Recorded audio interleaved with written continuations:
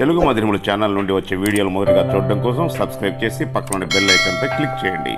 తెలుగు మధురములు ఛానల్కి స్వాగతం. ఈరోజు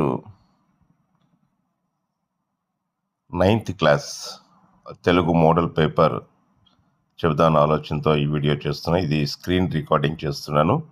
కొన్ని అనివార్య కారణాల వల్ల నేరుగా వీడియో చేయలేకుండా పోయాను, క్షమించాలి. అయితే ఇక్కడ ఈ మోడల్ పేపర్ ఎలా ఉంటుంది ఏంటి అనేది మాత్రమే పరిచయం చేస్తున్నాను. దీంట్లోనే కొన్ని ఇంపార్టెంట్ క్వశ్చన్స్ కూడా ఉన్నాయి, చదువుకోండి. వీలైతే మీరు స్క్రీన్ షాట్ తీసుకోండి. ఇది ప్రతిభ.netలో నుంచి తీసుకొని మీకు మోడల్ చెప్పడం జరుగుతుంది. సో ఇది 100 మార్కుల పేపరు. జనరల్ తెలుగు రాసే వాళ్ళ కోసము, కాంపోజిట్ తెలుగు వాళ్ళకి మళ్ళీ ప్రత్యేకంగా రేపు అట్లా నేను ఒక వీడియో చేసి పెడదాం అనుకుంటున్నాను. ఇది జనరల్ తెలుగు వాళ్ళు కూడా అడుగుతున్నారు కాబట్టి మోడల్ ఎలా ఉంటుందనే విషయం పైన ఇది చేయడం జరుగుతుంది. ఇక్కడ చూడండి, మొదట విభాగం 1లో మొత్తం 100 మార్కులకు గాను ఈ ప్రశ్నపత్రంలో 3 విభాగాలు ఉంటాయి. 15 నిమిషాలు మీరు చదువుకున్న తర్వాత మీరు రాయడానికి 3 గంటల సమయం దీనికి కేటాయించాలి. సమాధానాలు అన్నీ కూడా జవాబు పత్రంలోనే రాయాల్సి ఉంటుంది.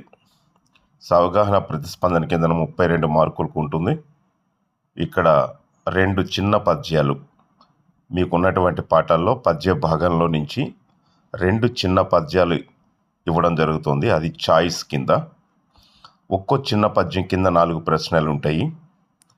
మొదటి పద్యం మీకు సులభంగా ఉంటే దాన్ని రాయొచ్చు, లేక రెండో పద్యం మీకు సులభంగా ఉంటే రెండో పద్యాన్ని తీసుకోవచ్చు. ఏదైనా ఒక్కదానికి మాత్రమే సమాధానం రాయాలి. దీన్ని ఇంటర్నల్ చాయిస్ అంటారు. ఇక్కడ ఒక పద్యం ఇవ్వడం జరిగింది. వెలయంగా నశ్వమేధంబులు వేయును, ఒక్క సత్యము నిరుగడలందుల నిడి తూపగ సత్యము వలన ములుసూపు గౌరవంపున పేర్మిన్ అనే పద్యము. ఇది ధర్మబోధ పాఠంలోది. ధర్మబోధ పాఠం చాలా ఇంపార్టెంట్. ఆ పాఠంలో ఉన్న చిన్న పద్యాలన్నీ ఒకసారి చదువుకోండి. అలాగే తీర్పు లెసన్లో ఉన్నటువంటి చిన్న పద్యాలన్నీ చదువుకోండి. ఆ చిన్న పద్యాలకు భావాలు పెట్టుకుంటే మనం అడిగే ప్రశ్నల సమాధానాలు రాయొచ్చు. సో ఇక్కడ 4 ప్రశ్నలు ఇవ్వబడింది. ఒక్కో ప్రశ్నకి 2 మార్కులు ఉంటుంది. కాబట్టి చాలా సులభంగా మార్కులు సంపాదించుకునే పద్ధతి ఈ జనరల్ తెలుగు వాళ్ళకి ఉంది. కాబట్టి ఇక్కడ మైత్రింబోలెడు ధర్మము ధాత్రి జనులకు లేదు అనే ఈ పద్యం ఇవ్వడం జరిగింది. ఈ పద్యాన్ని కింద 4 ప్రశ్నలు ఇవ్వడం జరిగింది. సో అది పద్యాలు రాయడం అయిన తర్వాత ఒక పరిచిత గద్యం ఇస్తారు. ఈ పరిచిత గద్యం అనేది మీ పుస్తకాల్లో ఉన్నటువంటి గద్యం ఇది. మీ పాఠాల్లో నుంచి ఒక పారాగ్రాఫ్ని ఇవ్వడం జరుగుతుంది. అందుకే దీన్ని పరిచిత గద్యం అంటారు. ఆ పరిచిత గద్యం కింద ఇలా గద్యం ఉంటుంది. గద్యం కింద మళ్ళీ 4 ప్రశ్నలు ఉంటాయి. ఈ 4 ప్రశ్నలకి ఒక్కొక్క ప్రశ్నకు 2 మార్కులు ఉంటుంది. ఒక్కో ప్రశ్నకు 2 మార్కులు. కాబట్టి 8 మార్కులు గద్యం. ఈజీగా మనం ఆ గద్యం చదివి అందులోనే ఆన్సర్స్ ఉంటాయి కాబట్టి రాయడానికి వీలుగా ఉంటుంది. తర్వాత మీకు ఉపవాచకం ముందుకి నాన్ డీటెయిల్డ్ నుంచి, నాన్ డీటెయిల్డ్లో ఒక్కో పాఠంలో నుంచి ఒక్కో వాక్యం ఇచ్చేస్తారు. ఆ వాక్యం ఏ పాఠానికి సంబంధించింది అనేది రాయాలి. ఇక్కడ 3వ ప్రశ్న చూడండి. ఉపవాచకం నుంచి ఇచ్చిన క్రింది సంఘటనలు ఏ పాఠాలకు చెందినవో రాయండి అని అడుగుతాడు. ఒక్కొక్క వాక్యము ఆ వాక్యం ఏ పాఠంలోదో రాస్తే, పాఠం పేరు రాస్తే 2 మార్కులు ఉంటుంది ఒక్కొక్క క్వశ్చన్కి. అట్లా మ్యాక్సిమం చూడండి, అక్కడ ఆ వాక్యంలోనే పాఠం పేరు వచ్చేటట్టుగా ఆ వ్యక్తి పేరు అక్కడ ఇవ్వడం జరుగుతుంది. అది మీరు బాగా గమనించండి. కాశీనాథు నాగేశ్వరరావు 2వ వాక్యం చూడండి. అలాగే 3వ వాక్యం లక్ష్మీబాయమ్మ అనే పేరు కూడా అక్కడే వచ్చింది. సో ఆ విధంగా కొన్ని వాక్యాలలో ఆ పాఠాల ఏ వ్యక్తుల పాఠాలు అయితే మనం చదువుతున్నామో ఆ పేర్లు వచ్చేటట్టుగా కొన్ని ఇవ్వడం జరుగుతుంది. అది గమనించుకోండి. పాఠం పేరు రాస్తే చాలు అక్కడ 2 మార్కులు. అలాగే అపరిచిత గద్యం ఇస్తారు. ముందుది పరిచిత గద్యం, ఇది అపరిచిత గద్యం. అంటే మీ టెక్స్ట్ బుక్స్లో లేనిది, మీకు పరిచయం లేని ఒక పారాగ్రాఫ్ ఇస్తారు. ఇది కూడా సులభంగానే ఉంటుంది. దీని కింద 4 ప్రశ్నలు ఉంటాయి. ఆ 4 ప్రశ్నలకు సమాధానం రాయాలి. దీనికి కూడా 2 మార్కులు ఉంటుంది ఒక్కో ప్రశ్నకు. తర్వాత వ్యక్తీకరణ సృజనాత్మకత విభాగానికి వస్తే ఇక్కడ చిన్న ప్రశ్నలు పెద్ద ప్రశ్నలు ఉంటాయి. చిన్న ప్రశ్నలు అంతా 4-5 వాక్యాల్లో సమాధానం రాస్తే సరిపోతుంది. ఖచ్చితంగా ఒక పద్య భాగం నుంచి ఒక కవి పరిచయం నేర్చుకోండి. పద్య భాగం నుంచి ఒక కవి పరిచయం నేర్చుకోండి. అందులో ముఖ్యంగా ధర్మబోధ కవి పరిచయం ముఖ్యమైనది, తీర్పు కవి పరిచయం ముఖ్యమైనది, అలాగే ఎండ్లూరి సుధాకర్ కవి పరిచయం ముఖ్యమైనటువంటివి. అవి నేర్చుకోండి. తర్వాత ఒక నేపథ్యం కానీ ప్రక్రియ కానీ ఒకటి గద్య భాగం నుంచి అడగడం జరుగుతుంది. అంటే ఒక పద్యభాగం ప్రశ్న కవి పరిచయము, ఒక గద్య భాగం ప్రశ్న నేపథ్యం కానీ ప్రక్రియ కానీ ఉంటుంది. ఇక్కడ నేపథ్యం అడిగాడు, ప్రక్రియ కూడా ఉండొచ్చు. తర్వాత మూడవ ప్రశ్న నాన్ డీటెయిల్ నుంచి పాత్ర స్వభావం అడగచ్చు, లేదంటే ఇంకో చిన్న ప్రశ్న అయినా అడగచ్చు. కాబట్టి ఇట 3 ప్రశ్నలు ఉంటాయి. ఒక్కో ప్రశ్నకు 4 మార్కులు ఉంటుంది. ఎక్కువ మార్కులే కేటాయించారు మీకు. తర్వాత పెద్ద ప్రశ్నలు ఉంటాయి. ఈ పెద్ద ప్రశ్నలు చూడండి, ఇక్కడ 3 ప్రశ్నలు రాయాల్సి వస్తుంది. ఈ 3 ప్రశ్నల్లో ఒక ప్రశ్న పద్య భాగం సారాంశాలపైన ఉంటుంది, చదువుకోండి. పద్య భాగం సారాంశాలపైన ఒక ప్రశ్న. రెండవ ప్రశ్న 9వ ప్రశ్న చూడండి, ఇది నాన్ డీటెయిల్డ్ సంబంధించినటువంటిది ఉంటుంది. నాన్ డీటెయిల్డ్ 9వ ప్రశ్న నాన్ డీటెయిల్డ్ ఉపవాచకానికి సంబంధించి. మొదటి 4 పాఠాలు బాగా చదువుకోండి. 4 పాఠాల్లో నుంచి ఒక ప్రశ్న వస్తుంది. తర్వాత 10వ ప్రశ్న చూడండి, ఇది గద్య భాగంలో నుంచి. గద్య భాగంలో కూడా మీరు డైరెక్ట్ క్వశ్చన్స్ అడగరు, సృజనాత్మక ప్రశ్న. గద్య భాగంలో మీరు చదవాల్సింది సృజనాత్మక ప్రశ్నలు మాత్రమే. కాబట్టి ఇక్కడ ఒక సంభాషణ కానీ, ఒక లేఖ కానీ, ఒక కరపత్రం కానీ అవి మాత్రమే ఉంటాయి. అవి మాత్రమే చదవాలి. అంటే మీకు ఇప్పుడు అర్థమైంది అనుకుంటాను. పద్య భాగంలో మీరు డైరెక్ట్ క్వశ్చన్ సారాంశాలు చదువుకోవాలి. నాన్ డీటెయిల్డ్ పైన ఒక డైరెక్ట్ క్వశ్చన్. అవి ఆయా వ్యక్తులు స్వాతంత్రోద్యమంలో ఆ వ్యక్తుల యొక్క పాత్ర గురించి అడుగుతారు. ఇక తర్వాతి ప్రశ్న గద్య భాగంలో సృజనాత్మక ప్రశ్న. సో అక్కడితో ప్రశ్నల విభాగం అయిపోతుంది. తర్వాత భాషాంశాలు మొత్తం 32 మార్కులకు ఉంటుందండి. ఈ 32 మార్కులకు గాను మీరు దీంట్లో సగం ఆప్షనల్స్ ఉంటాయి. అంటే ఏబిసిడి లేక ఈ అని ఇచ్చి ఆప్షన్స్ బహుళైచ్ఛిక ప్రశ్నలు అంటాము. అవి సగం అడుగుతారు, సగం డైరెక్ట్ క్వశ్చన్లు ఉంటాయి. ఇప్పుడు ప్రతి దాంట్లో కూడా సంధి 2 అనుకోండి, సమాసాలు 2, పర్యాయ పదాలు 2, నానార్థాలు 2, అర్థాలు 2, సొంత వాక్యాలు 2, ప్రకృతి వికృతులు 2, వ్యుత్పత్త్యార్థాలు 2, అన్నీ 2 ఉంటాయి. సంధులు 3 ఉండొచ్చు, సమాసాలు కూడా 3 ఉండొచ్చు. అలాగే ఘన విభజన చేయడం ఒకటి ఉంటుంది. పద్యపాదం పూర్తిగా ఇస్తారు, ఘన విభజన చేయాలి. అట్లాగే అలంకారం ఎగ్జాంపుల్ ఇస్తారు, అలంకారాన్ని గుర్తించాలి. ప్రతి ప్రశ్నకు 2 మార్కులు ఉంటుంది, ఒక్కొక్క బిట్టుకు 2 మార్కులు ఉంటుంది. కాబట్టి మొదట అలంకారంతో ప్రారంభమవుతుంది. ఒక అలంకారం ఇస్తారు, ఈ ఎగ్జాంపుల్ ఇస్తారు, అలంకారం పేరు రాయాలి. అలాగే 12వ ప్రశ్న చూడండి, ఇక్కడ ఒక పద్యపాదం ఇచ్చారు. ఆ పద్యపాదానికి గురులగురు గుర్తించి ఆ పద్యపాదం ఏ పద్యపాదమో రాయాలి. ఇప్పుడు ఇక్కడ ఇచ్చి ఆనందమున అని ఇచ్చారు. ఇది మసజెసె తతగా అంటే శార్దూల పద్యపాదం అని రాయాలి. మసజెసె తతగా గణాలు గుర్తించాలి, ఘన విభజన చేయాలి, గణాలు గుర్తించాలి, తర్వాత పద్యపాదం రాయాలి. దీనికి 2 మార్కులు ఉంటుంది. తర్వాత ప్రశ్న చూడండి, 13వ ప్రశ్న అర్థం అడిగాడు, దానికి ఆప్షన్స్ ఇవ్వలేదు. అండర్లైన్ చేస్తారు వర్డ్, ఆ అండర్లైన్ చేసిన వర్డ్కి అర్థం రాయాలి. 13వ ప్రశ్నలోనే ఆ కూడా ఇచ్చాడు. అంటే ఒక్కొక్క ప్రశ్న కింద మళ్ళీ 2 ఉంటాయి. కాబట్టి మీరు 13వ ప్రశ్న ఇక్కడ ఒక్కొక్క బిట్కి ఈ 2 ఉండే వాటికి ఒక్కొక్క మార్కు ఉంటుంది. ఈ 2 లేకుండా డైరెక్ట్ క్వశ్చన్కి 2 మార్కులు ఉంటుంది. ఇప్పుడు అలంకారం రాస్తే 2 మార్కులు, ఘన విభజన చేస్తే 2 మార్కులు. ఇక్కడ 13లో 2 బిట్లు ఇచ్చాడు, ఒక్కొక్క బిట్కి ఒక్కొక్క మార్కు అట్లా. కాబట్టి ఒకదానికి ఆప్షన్స్ ఉంటుంది, ఒకదానికి ఆప్షన్స్ ఉండదు. అట్లా 14లో 2 బిట్లు ఇచ్చారు, 2 పర్యాయ పదాలు, ఒకదానికి ఆప్షన్స్ ఉంటుంది, ఒకదానికి ఉండదు. కాబట్టి అది 2 మార్కులు.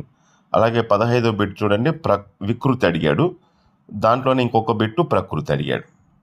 అలాగే 16వ ప్రశ్న నానార్థాలు అడిగాడు, మళ్ళీ ఇంకో దానికి ఆప్షన్స్ ఇచ్చి అక్కడ నానార్థమే అడిగాడు.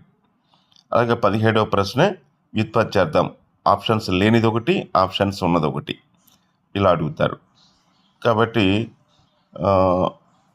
అక్కడ వరకు అవుతే తర్వాత జాతీయాన్ని గుర్తించడం. ఇక వాక్యం ఇచ్చాడు చూడండి, 18వ ప్రశ్న, మా ఇంటికి వచ్చిన వారందరూ నా వేషం చూసి ఉలిక్కి పడ్డారు. ఈ వాక్యంలో జాతీయాన్ని గుర్తించి రాయండి. ఆ పదాన్ని తీసి మనం రాయాలి. ఉలిక్కి పడ్డారు, ఇది జాతీయం. కాబట్టి ఉలిక్కి పడ్డారు అనేదాన్ని ఆన్సర్గా రాస్తే 1 మార్కు. 3 పువ్వులు 6 కాయలు, ఈ జాతీయాన్ని ఏ సందర్భంలో ఉపయోగిస్తారో రాయండి. అంటే లాభాలు కానీ ప్రయోజనాలు కానీ ఇబ్బడి ముబ్బడిగా ఉన్నప్పుడు, బాగా సాఫీగా జరిగిపోతున్నప్పుడు, అనుకున్న దానికంటే ఎక్కువ ప్రయోజనాలు, ఎక్కువ లాభాలు, ఎక్కువ సంతోషాలు ఇలా ఉన్నప్పుడు 3 పువ్వులు 6 కాయలు అని వాడతాం. కాబట్టి దాన్ని ఏ సందర్భంలో వాడతారో రాయాలి. అలాగే 20వ ప్రశ్న చూడండి, విడదీసి రాయమన్నాడు, పరోపకారం. మళ్ళీ దాని కింద ప్రశ్న, ఒక్కొక్క దానికి 1 మార్క్. ఇక్కడ విడదీసి రాయమన్నాడు, తర్వాత ప్రశ్న కలిపి రాయమన్నాడు, ఆ తర్వాతి ప్రశ్న ఏ సందో గుర్తించమన్నాడు. అర్థమైందా? ఇప్పుడు సంధి పైన 3 ప్రశ్నలు ఉంటాయి. ఒకటి విడదీయడం, ఒకటి కలపడం, ఒకటి సంధి పేరును గుర్తించడం. మాయమ్మ, మా ప్లస్ అమ్మ, ఇది ఏ సందో రాయమంటాడు, ఎడాగమ సంధి అని రాయాలి. మహా ప్లస్ ఉగ్ర కలిపితే మహోగ్ర. అలాగే 20వ ప్రశ్న, పరా ప్లస్ ఉపకారం పరోపకారం. అలా ఒకదానికేమో ఆప్షన్స్ ఇచ్చాడు, మిగతా రెండింటికి ఆప్షన్స్ లేదు. అలాగే 23వ ప్రశ్న, సమాసం, విగ్రహవాక్యం రాయాలి. ఒకటి సమాసం, ఆ పదం ఏ సమాసమో గుర్తించాలి. గౌరవాభిమానాలు 24వ ప్రశ్న, ఇది ద్వంద్వ సమాసం అని రాయాలి. తర్వాత చూడండి, వాక్యాలు ఇస్తారు. వినుత గుణశీల మాటలు వేయునేల, ఇది గ్రాంథికంలో ఉంది. దీన్ని మనం మామూలు వ్యవహారికంలో చెప్తే ఎలా ఉంటుందో రాయాలి.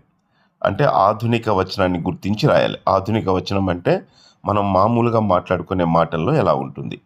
అక్కడ ఇచ్చిన వాక్యము పుస్తకాలలో ఉండే వాక్యాన్ని ఇచ్చాడు, గ్రంథాల్లో అలా ఉంటుంది. వినుత గుణశీల మాటలు వేయునేల, వినుత గుణశీలం గలవాడు మాటలు వేయునేల అని ఇచ్చాడు. గొప్ప గుణాలు గలవాడ 1000 మాటలు ఎందుకు అని, 1000 మాటలు ఎందుకు వినుత గుణశీల అని, పొగిడే గుణాలు కలిగిన వాడ 1000 మాటలు ఎందుకు. ఈ అనేది దానికి ఆన్సర్. అలాగే 26 చూడండి, విద్యార్థులు తరగతి గదిలో చదువుకుంటున్నారు, వ్యతిరేక వాక్యం రాయండి.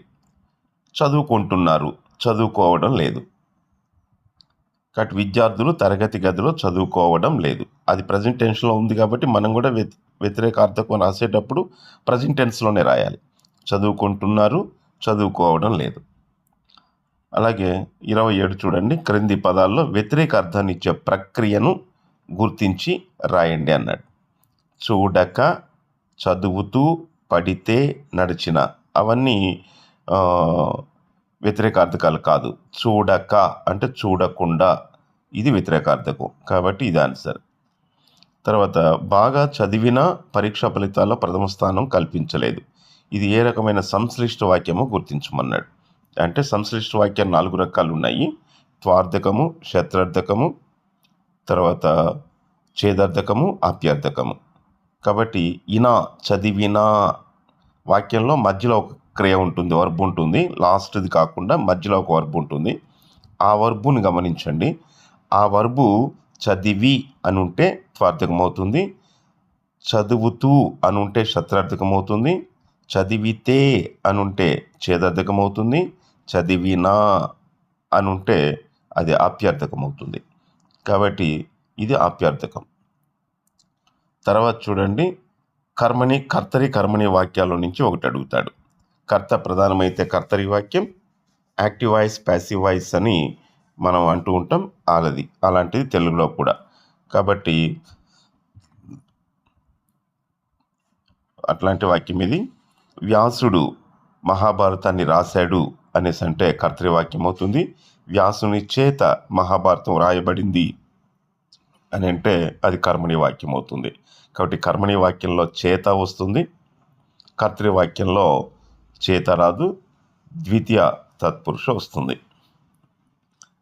తర్వాత ఇది ఏ రకమైన సామాన్య వాక్యం అడగమని అనవసర ఆలోచనలో పడిపోవద్దు అంటే నిషేధిస్తూ ఉంది. కాబట్టి ఇది నిషేధార్థక వాక్యం. తర్వాత ప్రతి ఆదివారం సెలవు, ఇది ఏ రకమైన సామాన్య వాక్యమో గుర్తించి రాయండి అన్నాడు. ఇది నిశ్చయార్థక వాక్యం. ఇది ప్రతి ఆదివారం సెలవు, ఇది ఖచ్చితంగా సెలవే కాబట్టి ఇది నిశ్చయం, కాబట్టి నిశ్చయార్థక వాక్యం అని రాయాలి.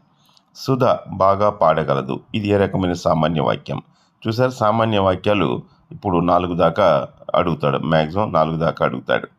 కాబట్టి సుధ బాగా పాడగలదు, ఇది ఏ రకమైన వాక్యం. పాడగలదు అని అంటున్నాడు, ఆమె కెపాసిటీ, కాబట్టి సామర్థ్యార్థక వాక్యం. ఎక్కగలను, పాడగలను, చేయగలను, ఇలా గలను, గలదు లాంటివి వస్తే అది సామర్థ్యార్థక వాక్యాలు అవుతాయి. నేను రాకుండా మీరు గుడికి ఎందుకు వెళ్ళారు, ఇది ఏ రకమైన సామాన్య వాక్యం. కాబట్టి ఎందుకు వెళ్ళారు అని ప్రశ్నిస్తున్నాడు కాబట్టి ఇది ప్రశ్నార్థక వాక్యం. కాబట్టి ఇలా ఉంటుందండి పేపరు. 32 మార్కులకి భాషాంశాలు ఉంటాయి. కాబట్టి భాషాంశాలే మనం ఎక్కువ టైం తీసుకొని మనం చదవాల్సినటువంటి అవసరం ఉంటుంది. కాబట్టి మిగతా అంతా క్వశ్చన్ పేపర్ చాలా సులభంగా ఉంటుంది. సో ఈ భాషాంశాలు 32 మార్కులకి మనం ఎక్కువ సమయం కేటాయించి చదువుకోవాలి. ఇది వ్యాసరూప ప్రశ్నలు 3 అడుగుతారు. ఈ 3 ప్రశ్నలు నేను ఎలా అడుగుతారో చెప్పాను. అలాగే ఈ చిన్న ప్రశ్నలు 3, 5, 6, 7 అనే చిన్న ప్రశ్నలు ఇది ఎలా అడుగుతారో చెప్పాను. అలాగే ఇంకా గద్యము, అపరిచిత గద్యం ఒకటి, అలాగే పరిచిత గద్యం ఒకటి, ఇది పరిచిత గద్యం. అలాగే ఇక మీ పాఠాల నుంచి చిన్న పద్యాలు ప్రశ్నలతో స్టార్ట్ అవుతుంది. కాబట్టి ఇదండి మొత్తం సమ్మేటివ్ 2కి జనరల్ తెలుగు వాళ్ళకి ఇచ్చేటటువంటి మోడల్ పేపరు ఇలా ఉంటుంది. ఈ విధంగా మీరు చదువుకోవడానికి ప్రయత్నం చేయండి. నమస్తే, ధన్యవాదాలు.